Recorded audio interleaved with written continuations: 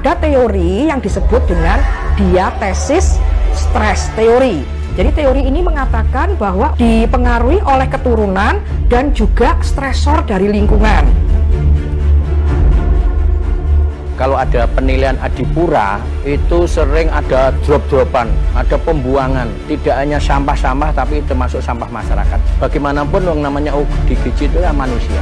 Kita manusiakan.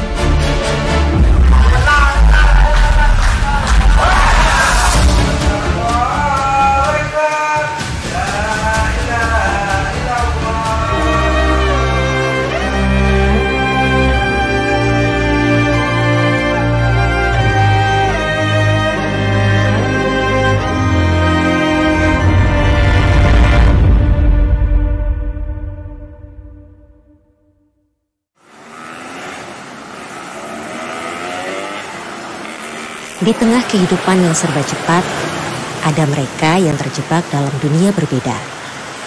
Orang-orang yang tak selalu dapat memahami atau dipahami. Mereka yang kita sebut ODGJ, orang dengan gangguan jiwa. Bagi mereka, setiap hari adalah perjuangan. Sebuah perjalanan di medan yang sunyi, seringkali penuh stigma dan prasangka. Gangguan jiwa tak sekedar kondisi medis. Ia adalah labirin pikiran yang kompleks. Beragam penyebabnya. Dari trauma, tekanan hidup, hingga faktor biologis yang sulit dijelaskan. Namun, satu hal pasti. Ini bukan pilihan mereka. Bukan pula sebuah kelemahan. Dalam bayangan banyak orang, ODGJ hanya berarti kegilaan, tak terkendali, atau bahkan ancaman. Padahal tak sedikit dari mereka yang mencoba mengatasi keadaan mereka sendiri. Mencoba berdamai dengan suara-suara di kepala yang tak pernah lihat.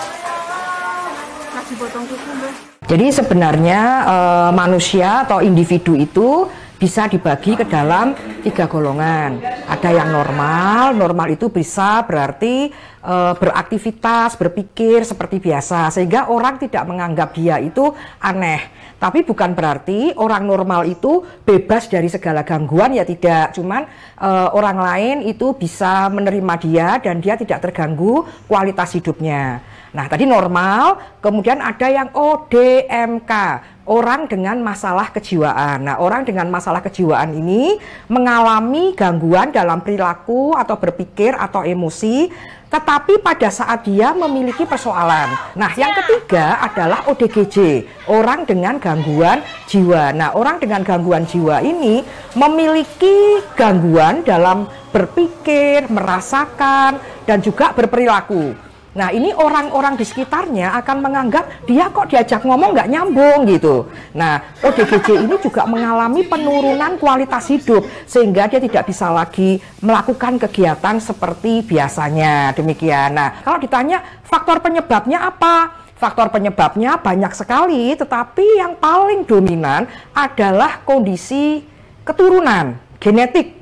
Atau ada teori yang disebut dengan diatesis stres teori. Jadi teori ini mengatakan bahwa ODGJ itu dipengaruhi oleh keturunan dan juga stresor dari lingkungan. Nah, itu faktor penyebab terjadinya ODGJ.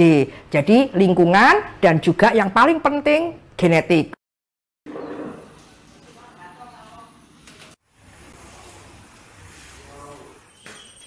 Gangguan jiwa bukan sekedar masalah pikiran. Ia mempengaruhi cara seseorang melihat dunia, berinteraksi, dan merasakan hidup. Bagi mereka yang mengalami gangguan jiwa, dukungan dan pengobatan yang tepat bisa menjadi cahaya di tengah kegelapan.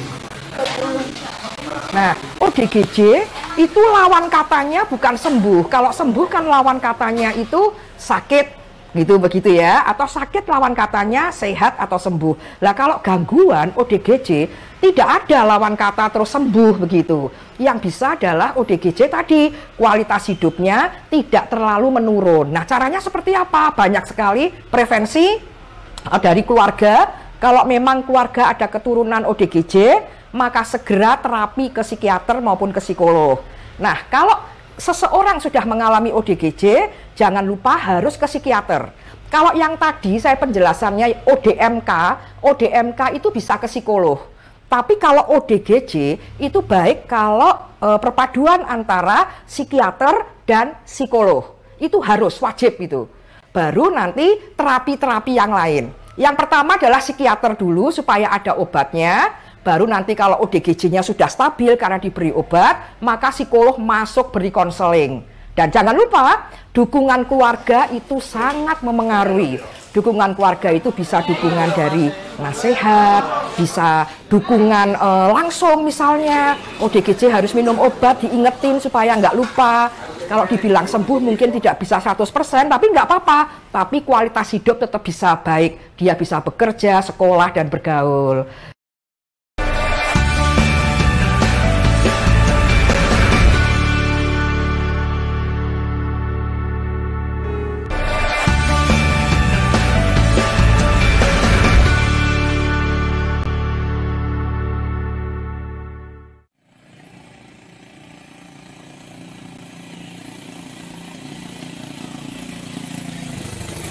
Di sebuah desa kecil yang damai di Kabupaten Kudus, berdiri Yayasan Jalma Sehat, tempat di mana mereka mendapatkan perawatan, pemulihan, dan harapan untuk hidup yang lebih baik.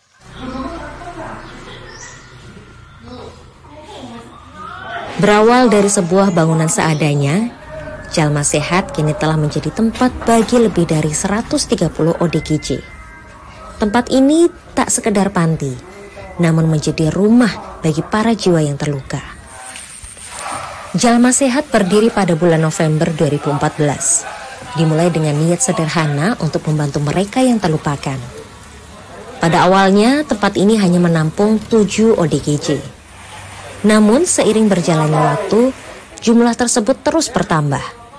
Hingga kini, dalam 10 tahun perjalanannya, Yayasan Jalma Sehat telah menjadi rumah sementara bagi kurang lebih 600 orang dengan gangguan jiwa yang silih berganti masuk dan keluar mencari tempat yang aman dan menerima mereka apa adanya. Jadi awal pertama pendirian Jalma Sehat yaitu kurang lebih tahun 2014, yang mana kami terinspirasi karena setiap kabupaten itu kalau ada penilaian adipura itu sering ada drop-dropan, ada pembuangan. Tidak hanya sampah-sampah tapi termasuk sampah masyarakat. Di antaranya itu yaitu ODGJ, orang dengan gangguan jiwa. Dengan hal tersebut maka bagaimanapun yang namanya ODGJ itu ya manusia. Kita manusiakan. Kalau ada penilaian adipura itu sering ada drop-dropan, ada pembuangan. Tidak hanya sampah-sampah tapi termasuk sampah masyarakat. Kemudian setelah itu kami sepakat, karena kebetulan kami belum ada tempat, hanya tempat ini dulu itu adalah gedung untuk penggilingan padi, atau orang Jawa nyebutnya selepan padi. Nah, waktu itu sekitar 6-7 orang. Kemudian kenapa kami membawa nama Jalma Sehat? Jalma itu artinya manusia. Sehat, sehat. Biar harapan kami manusia itu biar sehat. Sehat jasmani dan sehat rohani.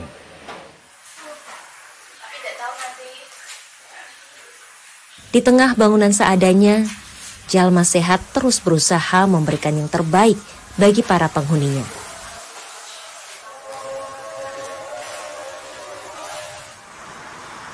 Para penghuni di Jalma Sehat datang dari berbagai latar belakang. Beberapa di antaranya dikirim oleh Satpol PP Kudus, Dinas Sosial, atau Rumah Sakit Umum Daerah Lukmono Hadi Kudus. Ada juga yang dititipkan oleh keluarga mereka yang berharap menemukan tempat aman bagi orang tercinta yang membutuhkan penanganan khusus.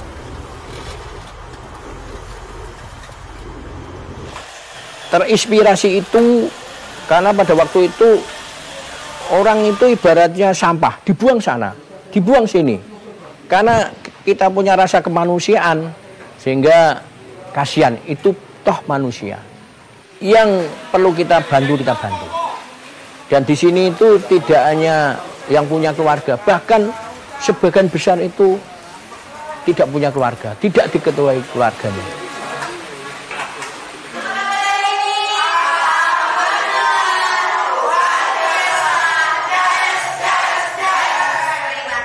Meski dengan fasilitas yang terbatas, tim di Yayasan Jalma Sehat selalu berusaha untuk menciptakan lingkungan yang aman dan nyaman.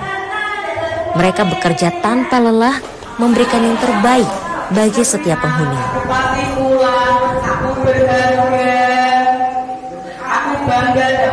Di Yayasan Jalma Sehat juga hadir Dr. Syarifah Rose Pandanwangi, seorang spesialis kejiwaan yang berperan penting dalam proses penyembuhan para penghuni.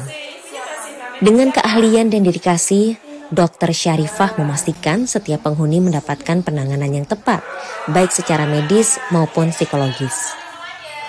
Dr. Syarifah hadir dengan ketulusan yang mendalam, membimbing para penghuni dengan kesabaran. Bagi Dr. Syarifah, setiap langkah kecil menuju pemulihan adalah kemenangan besar, baik bagi penghuni maupun dirinya sendiri.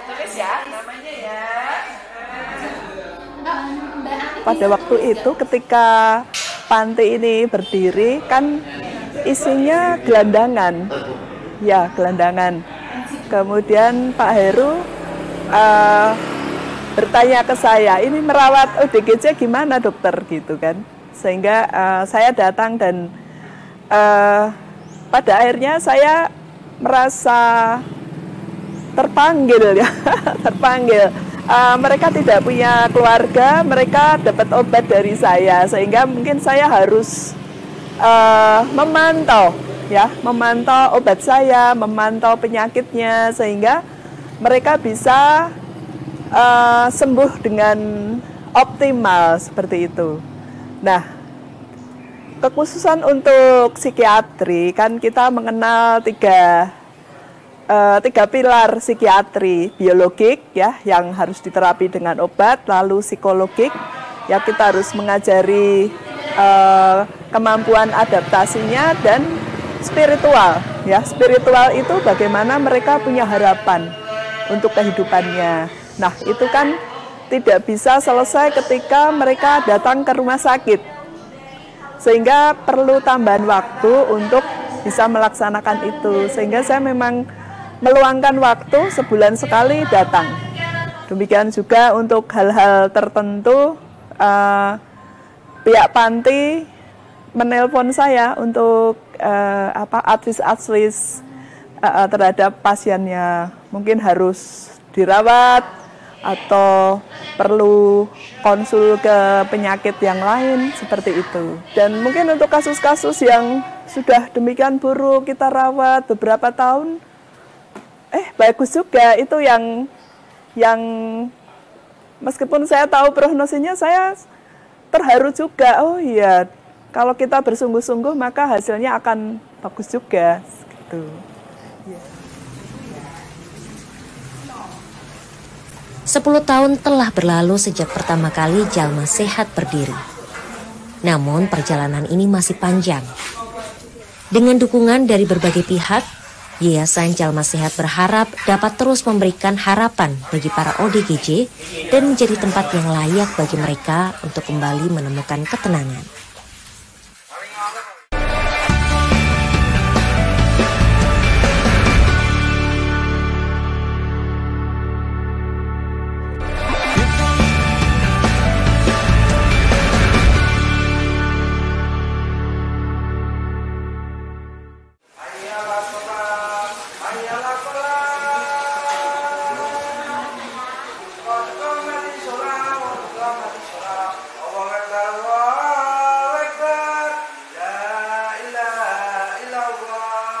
Di Jalma Sehat, proses pemulihan bukan hanya soal perawatan medis.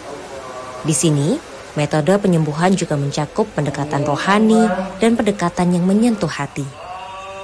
Dengan membangun hubungan yang penuh pengertian, para tenaga kesehatan berusaha memulihkan jiwa setiap penghuni yang terluka. Di panti ini, ada tenaga kesehatan yang bekerja dengan hati, mencurahkan seluruh perhatian dan kemampuan mereka untuk membantu para penghuni menemukan kedamaian dan harapan. Di antaranya adalah Sinta Ristiani dan Titi Sugiarti. Keduanya merupakan lulusan sarjana keperawatan dan nurse, adalah pilar penting di Yayasan Jalma Sehat. Setiap hari mereka menjalankan tugas tidak hanya sebagai perawat, tetapi juga sebagai pendamping yang penuh empati bagi para penghuni. Di balik wajah yang tenang dan senyum lembut Sinta Ristiani, tersembunyi dedikasi dan ketulusan yang mendalam. Sinta juga adalah perawat yang luar biasa di Yayasan Jalma Sehat. Setiap hari, Sinta meninggalkan rumah untuk melayani mereka yang kerap terabaikan, para orang dengan gangguan jiwa di Desa Bulung Kulon, Kecamatan Jekulo, Kabupaten Kudus. Saya kan dulu basicnya dari perawat ya, yang memang sudah pernah praktek di jiwa, di Bansal Jiwa di Rumah Sakit Amino di Semarang. Nah, dari situ saya ini untuk modal saya di sini. Oh, jadi paling tidak sedikit banyak tuh saya sudah pernah jumpa dengan pasien yang ODGJ, terus pasien yang sudah yang kondisinya ngamuk-ngamuk lah, marah-marah, atau tiba-tiba nangis, tiba-tiba awalnya baik terus tiba-tiba mukul. Kalau dibilang saya itu takut enggak Mbak gitu? Enggak, karena gini, mereka itu sakit dan orang sakit itu harus kita tolong. Di prinsip saya itu seperti itu, karena basic saya dari medis. Ya udah, kamu tuh kalau ada yang sakit tuh kamu rawat, kamu tolong gitu.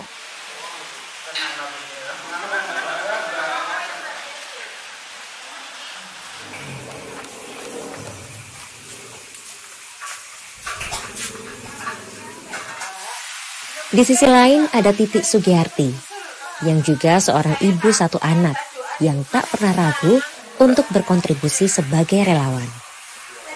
Dengan hati yang besar dan niat yang tulus, Titi memberikan dukungannya kepada para penghuni panti. Di sini itu saya relawan. Awalnya itu ya takut, terus kalau dideketin pasien itu masih suka-suka takut, kadang juga malu, tapi akhir-akhirnya kita sudah terbiasa.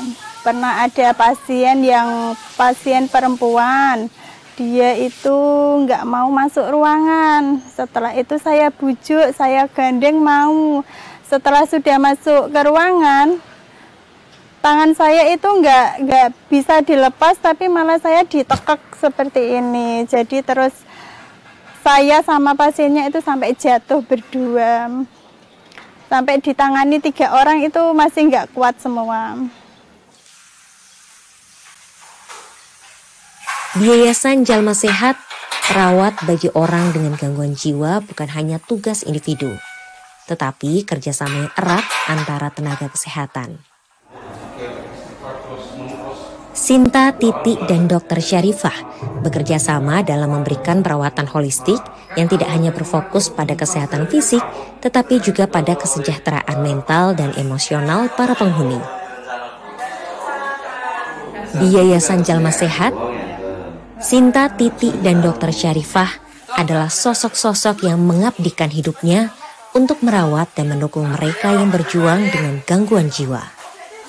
Dengan hati yang tulus, mereka bekerja setiap hari untuk menciptakan kehidupan yang lebih baik bagi para penghuni, membuktikan bahwa setiap orang layak untuk dirawat, diterima, dan dicintai.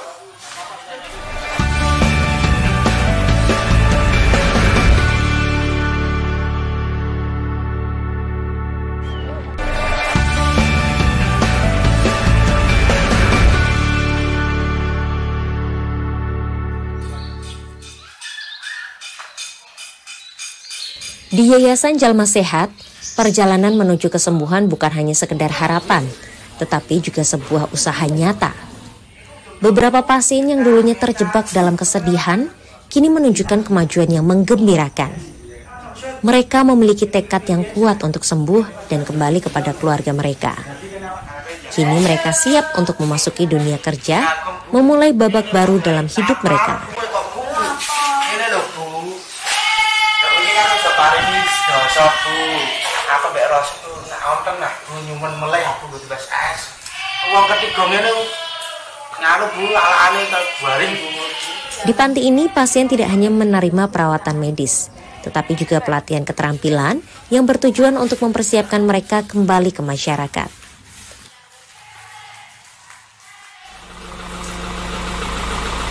Beberapa di antara mereka kini dilatih untuk bekerja di penggilingan padi dan sebagai pengangkut tanah. Kegiatan ini bukan hanya memberikan keterampilan, tetapi juga meningkatkan kepercayaan diri dan rasa memiliki.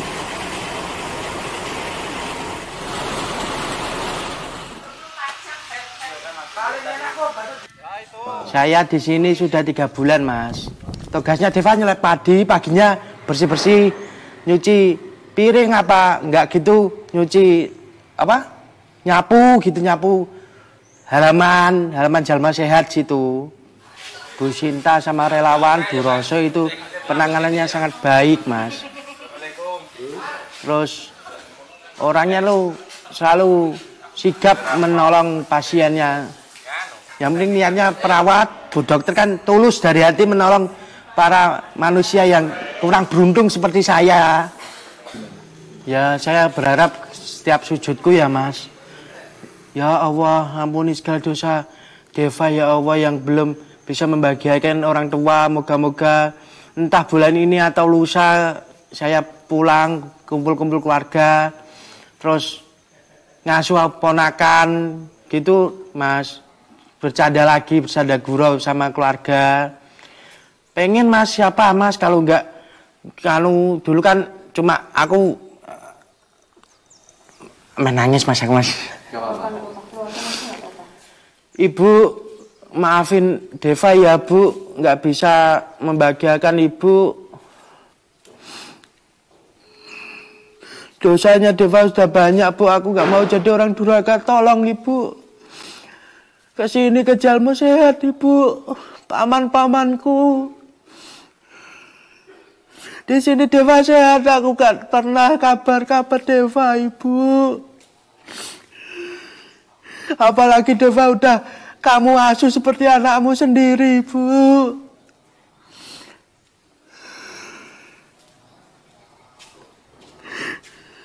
Aku janji, Bu, gak bakalan omong marah-marah sama Ibu. Dengarkanlah, Ibu, Tuhan. Ya Allah. Ngono ku kabeh tak empet Mas, kabeh ku pengen curhat karo Gusti Allah, ku salatku tahajud ngono ku lha apa fa nangis. Aku ku gak iso Mas, aku karo sahabatku Rosid itu nunggu tak toke sama Rosid itu Mas, sahabatku Mas. Mas sampeyan nak pamane kene sudah balik ya Mas, nak pamane ketemu ning dalan dolor-loroan ya Mas, aku kene padha wong kuduse aku. Udah Mas, aku harapannya bulan depan ini Mas saya pulang Mas, amin. Udah Mas nangis, malu sama tatoku Mas, dilihat sama musuhku tetanggaku yang bilang ODGJ orang gila Mas.